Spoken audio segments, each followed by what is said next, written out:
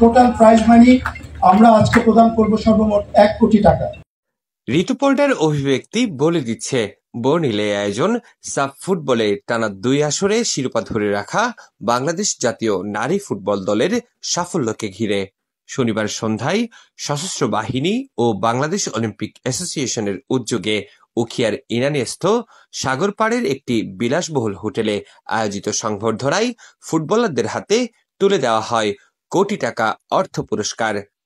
সেনাবাহিনী প্রধান জেনারেল ওয়াকারুজ্জামান, নৌবাহিনী প্রধান এডমিরাল মোহাম্মদ নাজমুল হাসান এবং বিমান বাহিনী প্রধান air chief marshal Hasan Mahmud Khan এ সময় সংবর্ধিতদের হাতে অর্থ পুরস্কার হিসেবে চেক হস্তান্তর করেন। সভাপতির বক্তব্যে সেনাপ্রধান ও বাংলাদেশ অলিম্পিক অ্যাসোসিয়েশনের সভাপতি জেনারেল ওয়াকারুজ্জামান কৃতিত্বের জন্য সাফ জয়ীদের শুভেচ্ছা জানান।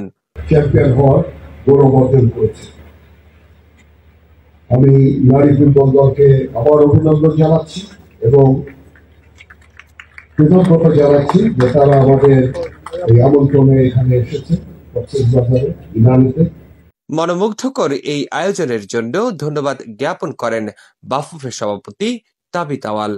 আপনাদের আজকের আয়োজনের জন্য কিন্তু আমরা গর্বিত, আপনাদের এই আন্তরিকতা দেখে আমরা সত্যি অনুপ্রাণিত। সাফল্য অব্যাহত রাখার প্রত্যয়ে উচ্ছ্বসিত সংবর্ধনা পাওয়া নারী ফুটবলাররা।